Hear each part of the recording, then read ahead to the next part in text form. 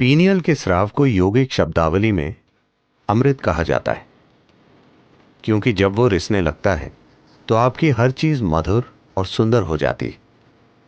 Sexuality उसे सीमित नहीं करती, बल्कि भौतिकता के साथ अत्यधिक पहचान उसे सीमित करती है। अगर आप उसे बहुत महत्वपूर्ण बना देते हैं तो आप विकृत दिमाग के हो जाएंगे। अगर आप उसे मिटाने की कोशिश करेंगे तो आपका दिमाग और भी विकृत हो जाएगा।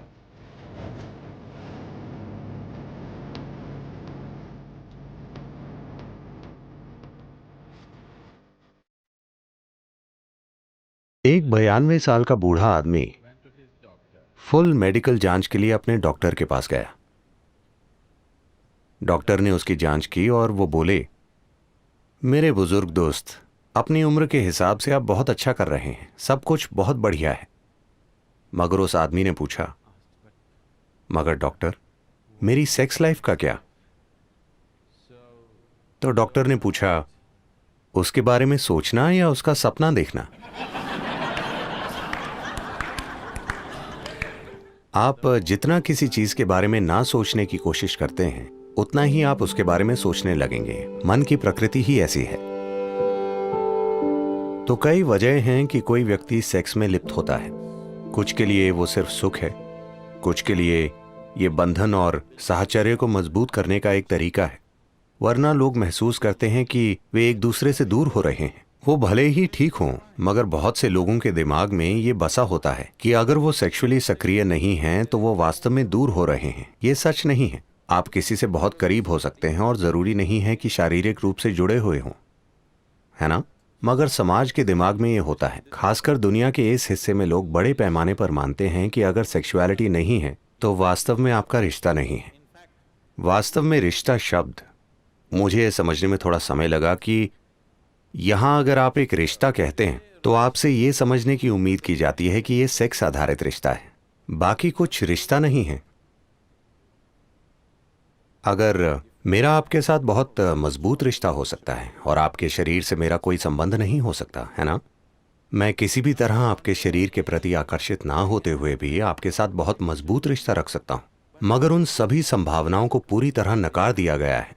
एक रिश्ते का मतलब है कि आपको किसी रूप में शारीरिक तौर पर शामिल होना है। पुरुष स्त्री या पुरुष पुरुष, स्त्री स्त्री, जो भी आप चाहें। मुख्य रूप से यह शरीर पर आधारित है।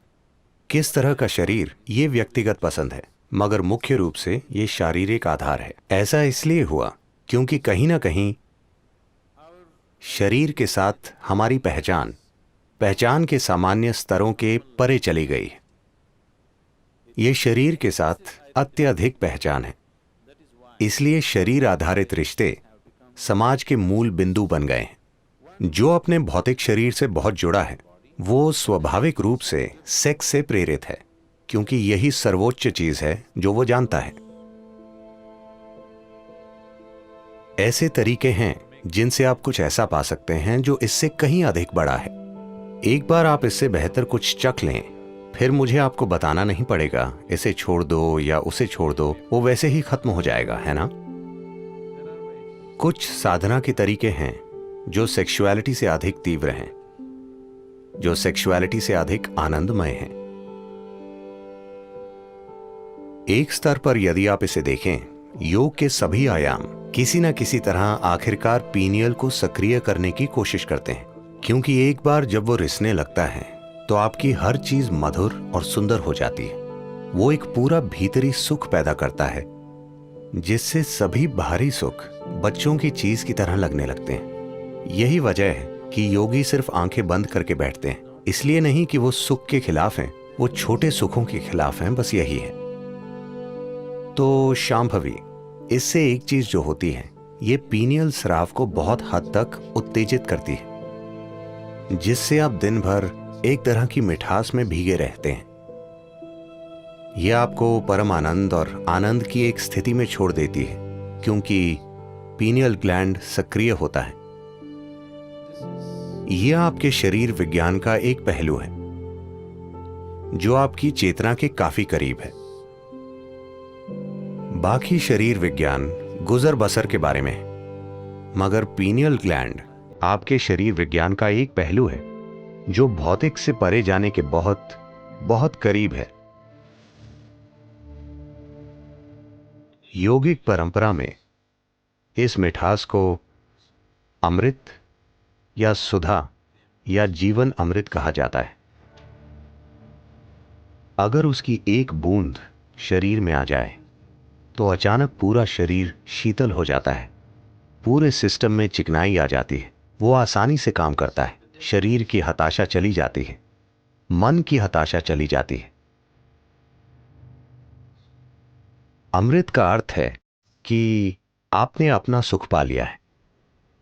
अगर आप अपने अंदर बहुत आनंदित हैं तो आपने अपने अंदर अमृत पा लिया है। आप सुखदता की चरम अवस्था में हैं। अब लोगों के साथ होना उनसे सुख निचोड़ने के लिए नहीं है। लोगों के साथ होना बस उनके साथ होना है। अब आप वास्तव में प्रेम करने लायक हैं, वरना वो सिर्फ एक खुल जा सिमसिम वाली चाल है। मैं तुमसे प्रेम करता हूं का मतलब है कि चाहे आप पर विश्वास हो या नहीं, उस पल के लिए वो आप पर विश्वास करते हैं, क्योंकि उन्हें भी किसी चीज की जरूरत है, आपको भी किसी चीज की जरूरत है ना? ये जैसे आप जानते हैं अली बाबा और 40 चोर। खुल जा सिमसिम मतलब वो खुल जाता है। ये ऐसा ही है। मैं तुमसे प्रेम करता हूं मतलब कई चीजें खुल जाती। अब ऐसा करते हुए मैं ये नहीं कह रहा कि ये सही या गलत है। लोग अपना जीवन ऐसे ही चलाते हैं, इसमें कुछ नहीं है। मगर ऐसा करते हुए आपके अंदर प्रेम की एक तीव्र भावना को जानने की संभावना नष्ट हो जाती है। आप लगातार ये देखते हैं, मैं इस व्यक्ति से क्या पा सकता हूं, मैं उस व्यक्ति से क्या निकाल सकता हूं। ये एक ठग का काम है। इसे प्रेम संबंध कहा जाता है, मगर यह ठगी का काम है। लेकिन अगर आप अपने आप में बहुत आनंदित होते हैं, जब आप लोगों के साथ होते हैं, तो यह आपका आनंद साझा करने की बात होती है। इसका मकसद है कि अगर वो इससे अछूते हैं तो किसी तरह उन्हें इससे छुएं, बजाय ये देखने के कि आप उनसे क्या निचोड़ सकते हैं। आपके जीवन की सारी बुनियाद बदल जाएगी।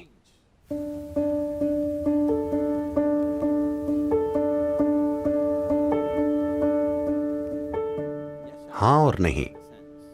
इस अर्थ में सेक्सुअलिटी उसे सीमित नहीं करती, बल्कि भौतिक के साथ अत्यधिक पहचान उसे सीमित करती है। तो असल में ये सेक्सुअलिटी नहीं है जो बाधा बनती है, बल्कि वो भौतिकता से जो जुड़ाव पैदा करती है, वो निश्चित रूप से बाधा बन जाती है।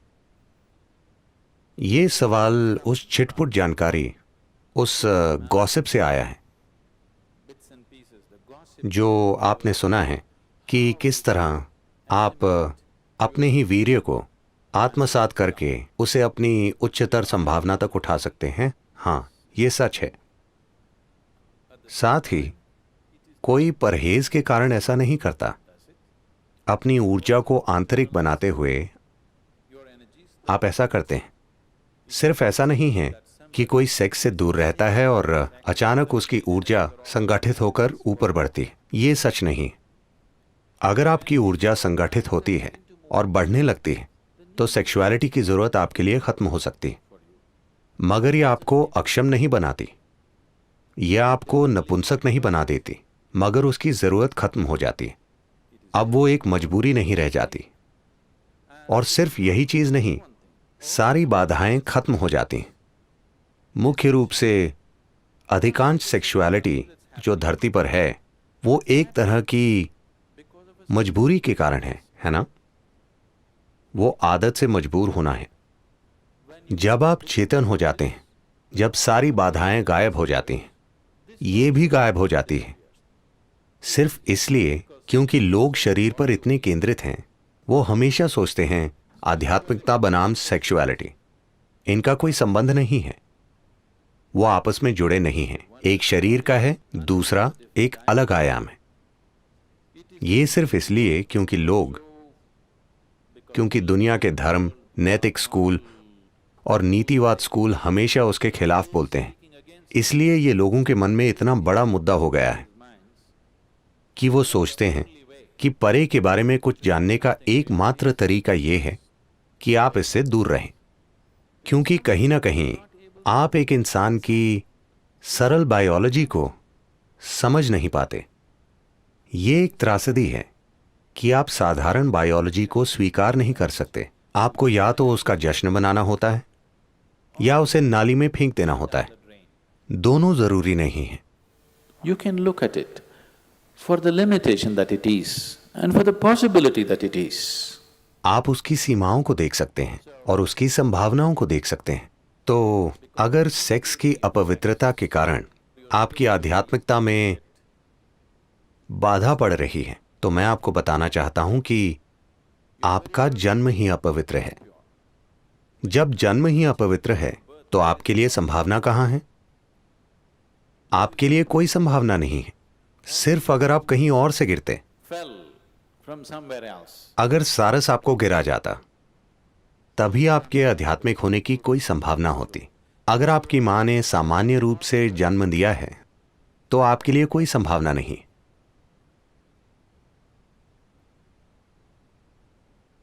एक 6 साल की बच्ची एक दिन स्कूल से घर लौटी और पूछा, मम्मा मैं कैसे पैदा हुई थी? मां शर्मिंदा हो गई। वो बोली, एक सारस तुम्हें गिरा गया। वो बोली, ठीक है, उसने लिख लिया। मम्मा आप कैसे पैदा हुई थी? मुझे भी एक सारस ने गिराया था। मम्मा नानी कैसे पैदा हुई थी? उन्हें भी एक सारस ने गिराया था। फिर वो बच्ची गंभीर हो गई और वो नीचे जाकर बैठ गई और अपने होमवर्क में कुछ लिखना शुरू कर दिया। मां असहज महसूस कर रही थी। उसने खाना पकाना खत्म किया।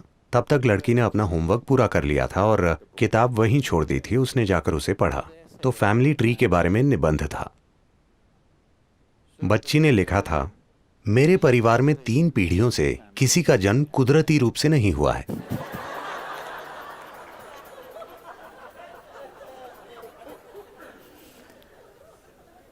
तो मूर्खतापूर्ण विचारों के कारण हम या तो किसी चीज को बढ़ा चढ़ाकर कहते हैं या अनावश्यक रूप से उसे दबाने की कोशिश करते हैं। इसकी आपके जीवन में एक भूमिका है। अगर आप इसे बहुत बड़ा बना देंगे तो आपका दिमाग विकृत हो जाएगा। अगर आप उसे मिटाने की कोशिश करेंगे तो आपका दिमाग और अधिक विकृत हो जाएगा। आखिरकार अब मैं बोल रहा हूं, यह एक तरह की ऊर्जा है। आप मेरी ओर देख रहे हैं, ये एक तरह की ऊर्जा है।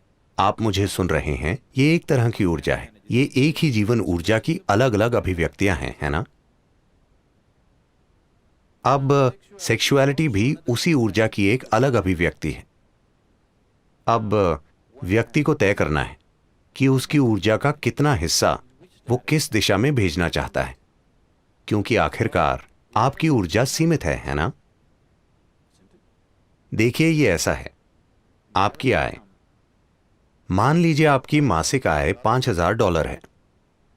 कितना घर के किराए के लिए, कितना खाने के लिए, कितना पढ़ाई के लिए, कितना सिर्फ मनोरंजन के लिए, कितना छुट्टियों के लिए आप बांटते हैं, है ना? कल सुबह आपको तनख्वाह मिली, शाम में आप बाहर गए और उसे उड़ा दिया। अब अगले महीने परेशानी हो जाएगी, है ना?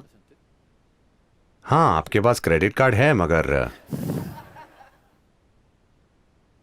आपके जीवन में सब कुछ, अगर आप अपने जीवन को समझदारी से चला रहे हैं, आपके जीवन में सब कुछ आपकी समझ, आपकी जरूरत और आपकी क्षमता के अनुसार बांटा हुआ है कि नहीं? हाँ, आपका पैसा, समय, ऊर्जा, क्या सब कुछ बांटा हुआ नहीं है? जिस तरह आप उसका प्रबंध करना चाहते हैं, यह भी वही चीज है। कितना होना चाहिए? पहले तो क्या आपको उसकी जरूरत है, या आप उसे कर रहे हैं क्योंकि आप सामाजिक रूप से बाध्य हैं? अगर जरूरत है और मैं आपको उसे रोकने के लिए कहता हूं तो आप विकृत हो जाएंगे, क्योंकि वो सब आपके दिमाग में होगा। अगर कोई आपको कह रहा है तुम्हें यह करना है, अगर तुम इसे नहीं करोगे तो तुम नॉर्मल नहीं हो, तो दूसरी तरह की विकृति आएगी। दोनों जरूरी नहीं है। आखिरकार आप किसी पुरुष या स्त्री के पीछे नहीं जा रहे, आप सुखदता के एक स्तर के पीछे जा रहे हैं। एक बार आप एक स्तर की सुखदता का अनुभव कर लेते हैं तो क्या आप इसमें और गहराई तक नहीं जाना चाहेंगे? क्योंकि जो भी सुखदता घटित हुई, शायद आपने दूसरे व्यक्ति का इस्तेमाल किया, मगर सुखदता आपके भीतर घटित हुई, सही है? तो मान लीजिए वैसे भी सुखदता आपके भीतर घटित हो रही है, दूसरा व्यक्ति उसे खोलने की बस एक चाबी है। क्या आप नहीं चाहेंगे कि चाबी आपके हाथ में ही हो?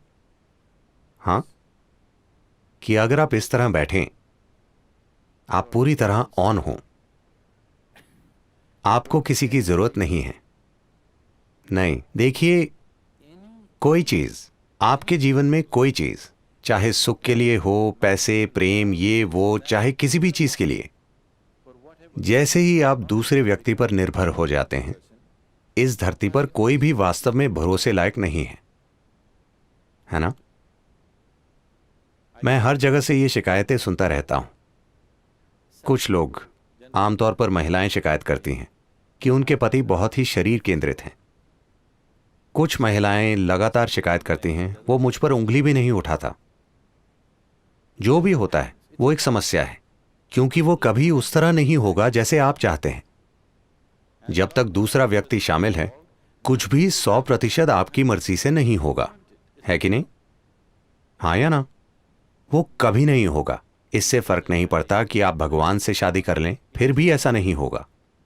जब तक आपके अस्तित्व का तरीका, सुख और खुशी की आपकी भावना दूसरे व्यक्ति पर निर्भर है, आपको हमेशा शिकायत रहेगी। कोई फर्क नहीं पड़ता कि दूसरा व्यक्ति कितना शानदार है। तो इस संदर्भ में लोगों ने ब्रह्मचार्य की बात की होगी, क्योंकि उन्होंने कहा थोड़ा विराम दो, क्योंकि किसी से सुख निकालने के लिए आपको कई चालें चलनी पड़ती हैं। वो आराम से नहीं हो जाता। इसे कोर्टिंग कहते हैं।